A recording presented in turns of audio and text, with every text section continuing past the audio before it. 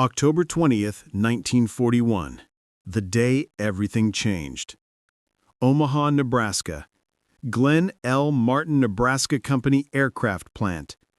Marie Calk walked through the factory gates alongside 18 other women, the first female workers ever hired at this sprawling B-26 bomber production facility. They wore practical work clothes, carried lunch pails, and had absolutely no idea they were making history. Factory supervisors watched skeptically. Male workers muttered about girls invading men's work. The women themselves weren't looking for social revolution or their place in history books. They were looking for jobs that paid decent wages during uncertain times. Pearl Harbor was still 6 weeks away, but America was already ramping up war production for Britain and the Soviet Union. Within 6 months, over 2,000 women would be working at Martin plants in Omaha and Baltimore. Within 2 years, women would comprise 37% of America's aircraft industry workforce. Over 486,000 women building bombers, fighters, and transport aircraft at rates that would have seemed impossible in 1940. By November 1943, American factories employing these women workers were producing over 4,000 aircraft monthly. Total production during the war, 300,000 aircraft of all types: fighters, bombers, transports, trainers. Meanwhile, across the Atlantic, Nazi Germany's Küche, Kirche ideology kept German women out of factories, even as the Reich desperately needed workers. Adolf Hitler personally resisted mobilizing women for industrial work, insisting their proper role was bearing children for the fatherland, not building weapons. This production disparity this created would prove more decisive than any battle, any tactical innovation, any wonder weapon Germany developed. This is the story of how American women transformed from housewives, students, and office workers into the industrial workforce that built the arsenal of democracy, and how Nazi ideology's refusal to mobilize women workers cost Germany any chance of matching Allied production. Before Pearl Harbor, American women's workforce participation followed traditional patterns established over decades. In 1940, approximately 27% of American women worked outside the home, mostly in domestic service, retail, teaching, nursing, or clerical positions. Factory work, particularly heavy industry like aircraft manufacturing, remained almost exclusively male. Lockheed Corporation employed exactly 5 women on its factory payroll in 1941. Boeing had fewer than 20. Douglas Aircraft had perhaps 50 across all facilities. The very idea of women operating rivet guns, drilling aircraft aluminum, or welding fuel tanks seemed preposterous to most managers and ridiculous to male workers who viewed factory floors as masculine domains. December 7, 1941, changed everything. Pearl Harbor triggered immediate male enlistment that created gaping labor shortages within weeks. By January 1942, aircraft manufacturers facing massive production demands and vanishing male workforces faced a simple choice: hire women or fail to meet contracts that were literally matters of national survival. Glenn Martin, co-founder of Martin Marietta, told reporters with evident surprise, "We have women helping design our planes in the engineering departments, building them on the production line, and operating almost every conceivable type of machinery, from rivet guns to giant stamp presses." The transformation accelerated throughout 1942. Lockheed opened plants in Santa Barbara, Bakersfield, and Fresno, specifically to attract suburban and small-town women who weren't accustomed to commuting into cities. Boeing established childcare facilities at factory entrances so mothers could drop off children before shifts. Douglas Aircraft created women's sports leagues and counseling services to help female employees transition into factory work. The recruitment campaigns were sophisticated. Government and industry propaganda emphasized patriotic duty. Working in factories would help bring husbands, brothers, and sons home sooner. But recruitment also stressed that factory work required domestic skills. If a woman can sew, she can rivet. If she can assemble a pie, she can work an assembly line. The message was clear. Factory work wasn't alien to women's capabilities. It just required applying familiar skills in new contexts. By late 1942, the aircraft industry employed 63,000 women, mostly in aircraft assembly plants. By November 1943, that number had exploded to 486,000 women, representing 37% of the entire aircraft industry workforce, compared to just 1% in pre-war years. These weren't just token hirings or women filling peripheral roles. Women operated every piece of equipment on factory floors: rivet guns, drill presses, hydraulic presses, cranes moving bulky aircraft components, welding torches sealing fuel tanks. They inspected finished work to ensure specifications were met. They drove forklifts, operated overhead cranes, and worked in paint shops applying protective coatings to aircraft skin. Some chose traditionally feminine factory jobs, sewing aircraft upholstery or painting radium on instrument panels so pilots could read gauges in darkness. But many chose heavy industrial work, running massive hydraulic presses cutting metal parts, welding structural components, operating assembly equipment most people assumed only men could handle. Sybil Lewis, an African-American riveter for Lockheed in Los Angeles, captured the transformation's significance. You came out to California, put on your pants, and took your lunch pail to a man's job. This was the beginning of women's feeling that they could be something more. The transformation needed a symbol, an icon that would inspire millions more women to enter factories and normalize what had seemed impossible just months earlier. Rosie the Riveter emerged from multiple sources almost simultaneously in 1942-1943, reflecting how deeply women's industrial work had penetrated American consciousness. The name first appeared in a popular song written in 1942 by Red Evans and John Jacob Loeb, Rosie the Riveter. The song portrayed Rosie as a tireless assembly line worker earning a Production E award, the military's Excellence in Production designation, while doing her part for the war effort. Bandleader Kay Kaiser recorded it, and the song became a national hit. Norman Rockwell's iconic Saturday Evening Post cover from Memorial Day weekend 1943 brought Rosie to life visually. Rockwell depicted a muscular woman in denim overalls and work shirt, riveting gun across her lap, lunchbox labeled Rosie beside her, confidently eating a sandwich while her feet rested on a copy of Hitler's Mein Kampf. The symbolism was unmistakable.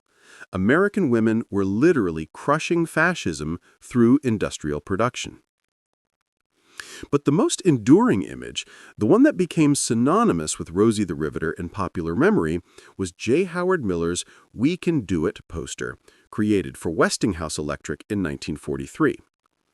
The poster showed a woman in a blue work shirt and polka-dotted bandana flexing her bicep with determined expression. Originally designed to boost worker morale at Westinghouse plants, the image wasn't widely associated with Rosie during the war itself, but post-war, it became the definitive visual representation of women's wartime industrial work, and later an icon of feminist movements.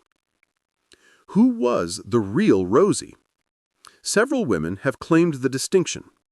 Rosalind P. Walter, from Long Island, New York City, actually inspired the Evans and Loeb song. She worked night shifts riveting Corsair fighter planes and came from old money, demonstrating that women from all social classes contributed to war production.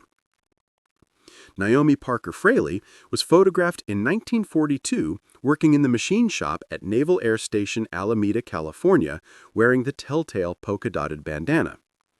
That photograph likely inspired Miller's We Can Do It poster, though the connection wasn't confirmed until decades later. Rose Will Monroe worked as a riveter at Ford's Willow Run plant building B-24 bombers and appeared in promotional films about women war workers. Rosina Bonavita worked for Convair in San Diego and set production records for riveting speed. The truth is that Rosie was all of them, and millions more. By 1944, over 16 million American women were employed, with over 3 million in skilled factory positions. Rosie the Riveter wasn't one person. She was a movement, a transformation, a moment when American women proved they could excel at work previously denied to them. The numbers tell a story of industrial capacity so vast it staggers comprehension. Aircraft production. 1939, fewer than 3,000 aircraft total for U.S. military. 1942, approximately 48,000 aircraft. 1943, approximately 86,000 aircraft, which was the peak year. 1944, approximately 96,000 aircraft. 1945, approximately 50,000 aircraft, partial year. The total from 1939 to 1945, 300,000 aircraft. At peak production in 1943-44, American factories were completing approximately 4,000 aircraft monthly.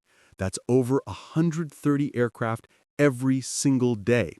One aircraft every 11 minutes, 24 hours daily. Women workers were directly responsible for building the majority of these aircraft. With 37% of the aircraft industry workforce and concentrated in direct production roles rather than management or design, women's hands assembled, riveted, welded, and inspected the vast majority of American warplanes. Consider specific examples. The B-24 Liberator bomber. Ford's Willow Run plant employed thousands of women building B-24s on the world's longest assembly line, over 1 mile long. At peak production, Willow Run completed one B-24 every 63 minutes. Women comprised 40% of the workforce. The B-17 Flying Fortress. Boeing Seattle plants employed women in every production role.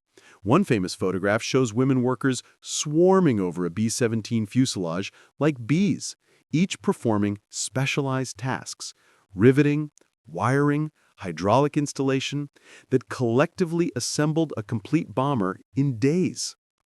The P-51 Mustang fighter. North American aviation employed women extensively at plants in Inglewood, California, and Dallas, Texas. Production rates reached 28 P-51s daily at peak, aircraft that would achieve air superiority over Europe and provide escort for bombers striking deep into Germany. The C-47 transport. Douglas Aircraft's Long Beach and Oklahoma City plants employed majority female workforces building the C-47 Skytrain, the workhorse transport that would carry paratroopers over Normandy and supply forces across Europe and the Pacific. Over 10,000 C-47s were built. Women assembled most of them. Women also dominated the production of aircraft components and support equipment. Propellers from Curtiss White, engines from Pratt & Whitney and Wright Aeronautical, instruments from Bendix and Sperry, radios and electronics from dozens of suppliers. The supply chains feeding final aircraft assembly were staffed predominantly by women workers. Beyond aircraft, women built 12,000 ships, including Liberty ships, destroyers, and escort carriers, 86,000 tanks, 64,000 landing craft, millions of artillery pieces and small arms, countless tons of ammunition, uniforms, medical supplies. Between 1939 and 1945, total U.S. industrial production doubled. Women workers were essential to that doubling, not supplemental, not auxiliary, but absolutely central to achieving production increases that made Allied victory possible. While American women flooded into factories, German women remained largely excluded from industrial work due to Nazi ideology that viewed women's proper role as exclusively domestic. The slogan Kinder, Küche, Kirche, children, kitchen, church, originated with Kaiser Wilhelm II, but became Nazi Party dogma under Adolf Hitler. In a September 1934 speech to the National Socialist Women's Organization, Hitler stated bluntly, "The German woman's world is her husband, her family, her children, and her home." Nazi propaganda reinforced this message constantly. Women's duty was bearing racially pure Aryan children, not building weapons or working in factories. The regime established elaborate systems to encourage childbearing. The Cross of Honor of the German Mother awarded medals to women based on number of children: bronze for 4 children, silver for 6, gold for 8 or more. Magda Goebbels, wife of propaganda minister Joseph Goebbels, was held up as the ideal German woman specifically because she bore 6 children while remaining devoted to domestic duties. The Lebensborn program, Fountain of Life, established by Heinrich Himmler in 1936, created secret facilities where unmarried women deemed racially pure could have children by SS officers. The program's goal was increasing the Aryan birth rate. Women were valued as breeding stock, not as potential industrial workers. The Reich bride schools trained women to be perfect Nazi brides. Curriculum included cooking, childcare, ironing, how to polish husbands' uniforms and SS daggers. Women were required to swear oaths of loyalty to Hitler and pledge to raise children as Nazis. The schools operated until at least May 1944, deep into the war when Germany desperately needed factory workers. Hermann Göring, in his 9 Commandments for the Workers' Struggle, told women bluntly, "Take hold of the frying pan, dustpan, and broom, and marry a man." Nazi policy actively excluded women from professional and technical work. Medicine, law, and civil service became male-only professions. University education for women was restricted. The regime essentially banned women from any work outside traditional domestic service, retail, or agricultural labor. Nazi ideology's exclusion of women from industrial work created catastrophic labor shortages that crippled German war production from 1942 onward. As millions of German men were drafted into Wehrmacht service, factories faced acute labor shortages. Unlike America, which mobilized women to fill those gaps, Germany refused to employ women in meaningful numbers and instead relied increasingly on forced labor, prisoners of war, concentration camp inmates, and civilians forcibly deported from occupied territories. By 1944, approximately 7 million foreign forced laborers worked in German industry, representing roughly 20% of the entire German workforce. These workers, many of whom were starved, abused, and worked under threat of death, were obviously less productive than motivated free workers. Sabotage was common. Quality control was abysmal. The moral horror aside, forced labor was also economically inefficient compared to voluntary civilian labor forces. German women's workforce participation remained stubbornly low throughout the war despite escalating need. In 1939, approximately 14.6 million German women were employed, about 37% of all women. By 1944, that number had increased only slightly to 14.9 million, despite total war mobilization. For comparison, American women's workforce participation increased from 12 million in 1940 to over 16 million by 1944, a 33% increase. The disparity was even starker in heavy industry. While 37% of America's aircraft workers were women by 1943, German aircraft factories employed women at rates below 10% throughout most of the war. Tank factories, munitions plants, and shipyards remained overwhelmingly male despite acute labor shortages. Why? Nazi ideology viewed industrial work as degrading for women and incompatible with their natural role as mothers. Hitler personally resisted mobilizing women for factory work. In a 1936 speech, he stated, "We possess a generation of healthy men, and we, National Socialists, are going to watch. Germany will not form any section of women grenade throwers or any corps of women elite snipers." Gertrude Schultz-Klink, leader of the National Socialist Women's League, told a Nazi Party conference in 1935, "Women must be the spiritual caregivers and the secret queens of our people, called upon by fate for this special task." When asked about women working in armaments factories, she stated, "We often hear, even from the women, the most diverse objections against work in arms factories." Only in late 1944, as Germany faced imminent defeat, did the regime finally attempt large-scale mobilization of women for industrial work. By then, it was far too late. The factories had been bombed, supply chains had collapsed, and German industry was disintegrating under Allied strategic bombing. Albert Speer, Minister of Armaments and War Production, later admitted that Germany's failure to mobilize women was one of the war's decisive factors.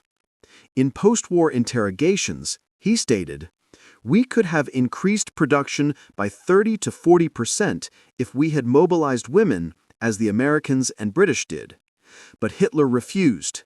The ideological commitment to keeping women at home cost us the industrial capacity we needed to sustain the war." The transformation of American women from domestic roles to industrial workers had profound psychological and social effects that extended far beyond wartime production.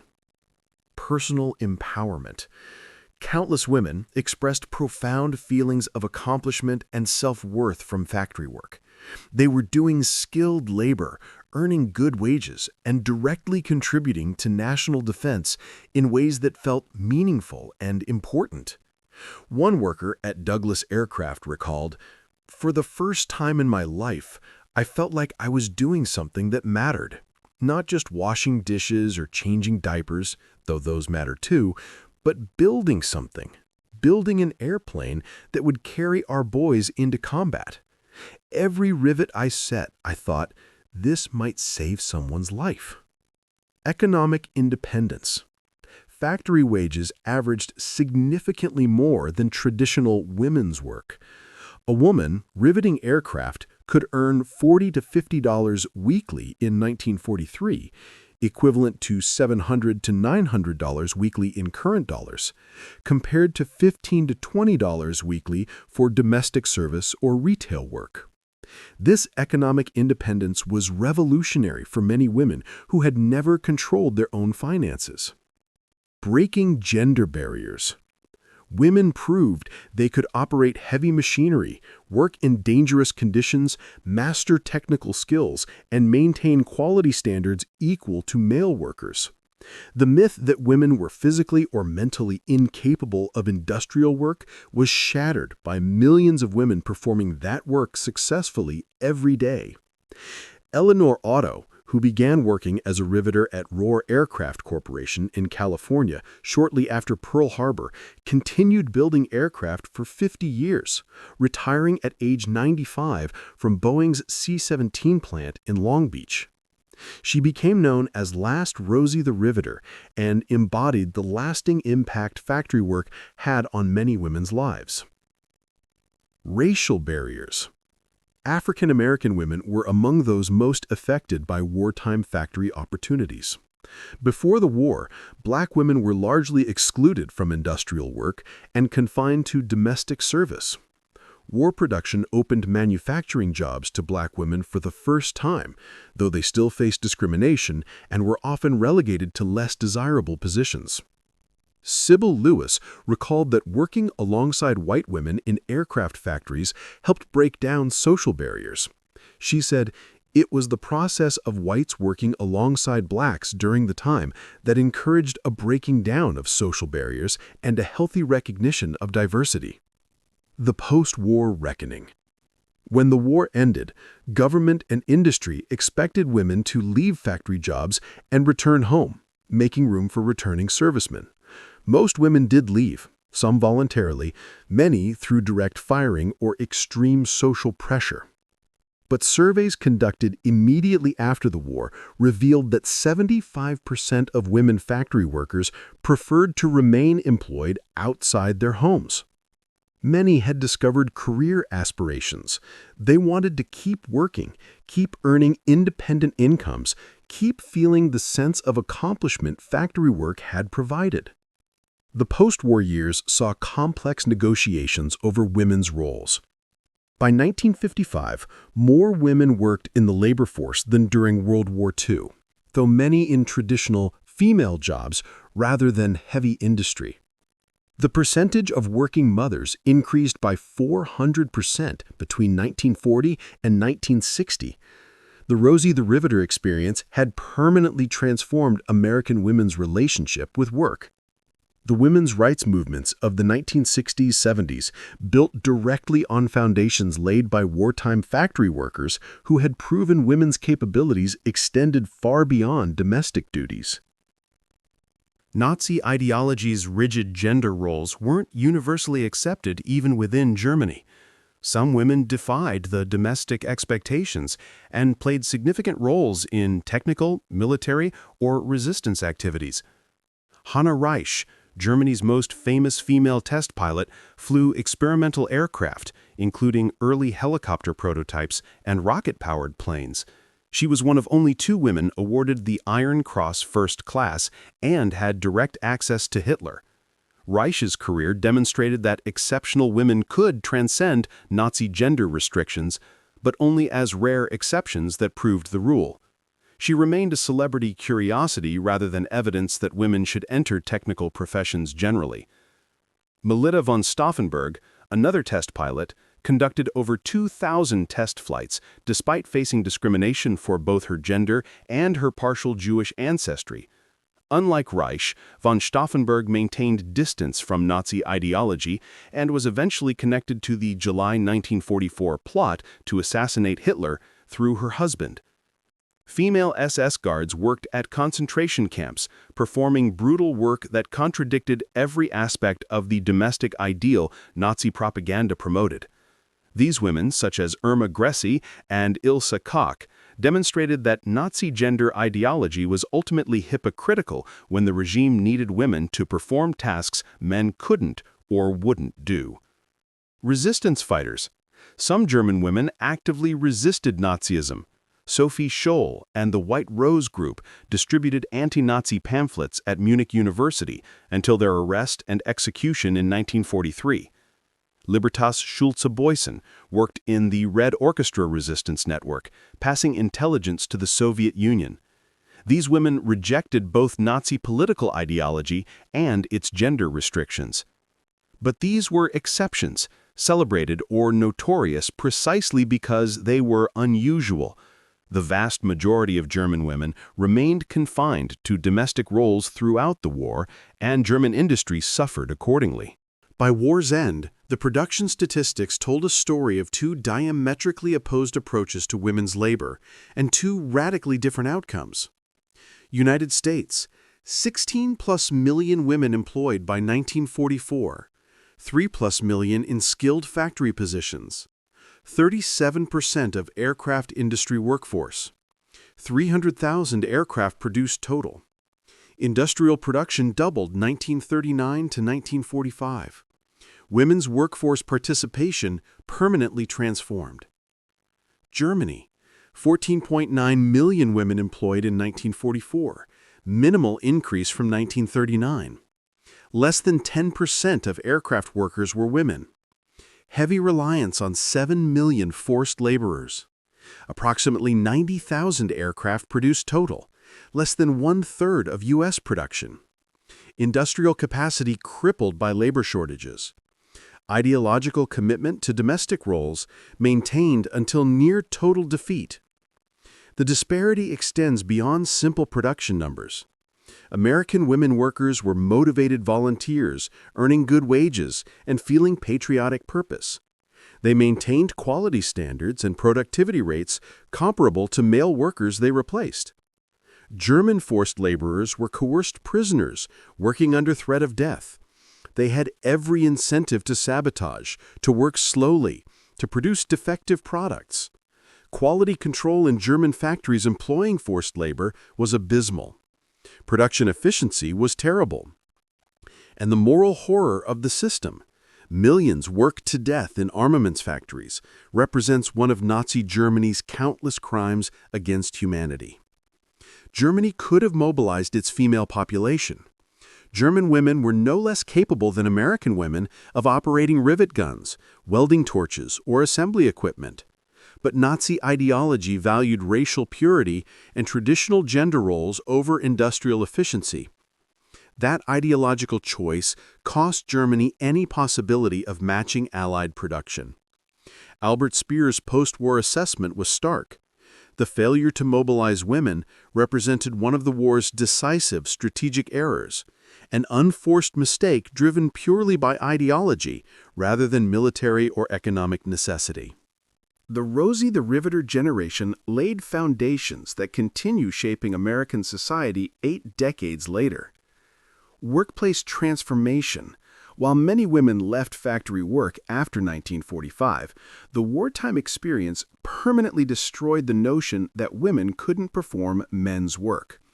Subsequent generations of women entered professions previously closed to them: engineering, aviation, construction, manufacturing, building on groundwork laid by 1940s factory workers. Economic independence. The precedent of women earning independent incomes at rates approaching male wages created expectations that persisted post-war. Women increasingly demanded equal pay for equal work, a fight that continues but was initiated by wartime factory workers proving their labor merited equal compensation. Civil rights connections. African American women's wartime factory access helped catalyze the civil rights movement. Having proven their capabilities in integrated or semi-integrated workplaces, Black women were less willing to accept post-war segregation and discrimination. The connections between labor rights, women's rights, and civil rights were forged partly in wartime factories. Feminist movements of the 1960s to 70s explicitly referenced Rosie the Riveter as proof that women could excel in any profession. The "We Can Do It" poster became a feminist icon precisely because it represented a moment when American society acknowledged women's capabilities extended far beyond domestic duties. Modern defense industry. Today's aerospace and defense industries employ women extensively in all roles: engineers, technicians, assembly workers, managers. Companies like Lockheed Martin, Northrop Grumman, and Boeing employ women at rates approaching or exceeding 30% of workforces. Executive leadership includes women in positions that would have been unthinkable in 1940. That transformation traces directly to Rosie the Riveter proving women could build aircraft. Linda Gooden, Marilyn Hewson, and Joanne McGuire, all executive vice presidents at Lockheed Martin leading major business areas, explicitly acknowledge following paths blazed by women like Marie Calk and Sybil Lewis. World War II was won by many factors: American industrial capacity, Allied strategic bombing, Soviet sacrifice on the Eastern Front, intelligence successes like ultra-code breaking, technological advantages in radar and atomic weapons.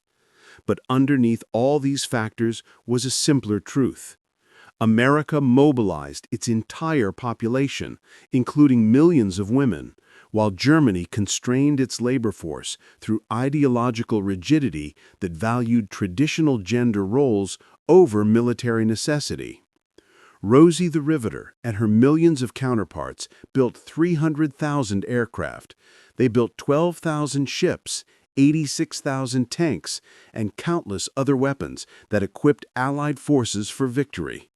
They proved that women could operate any machine, master any technical skill, and maintain any quality standard that male workers could achieve.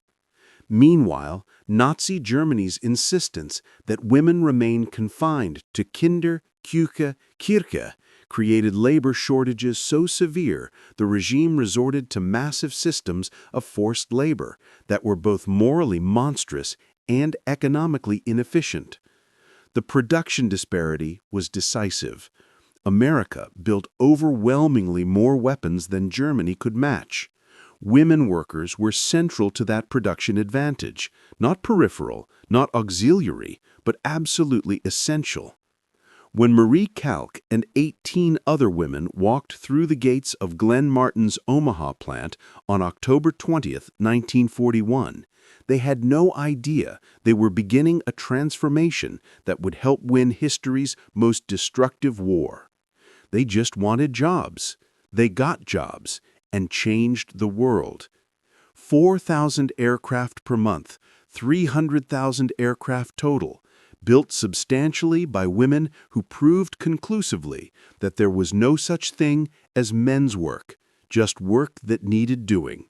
Rosie the Riveter built the arsenal of democracy, and in doing so, she helped defeat fascism while transforming American society in ways that continue echoing through every woman who enters any profession today.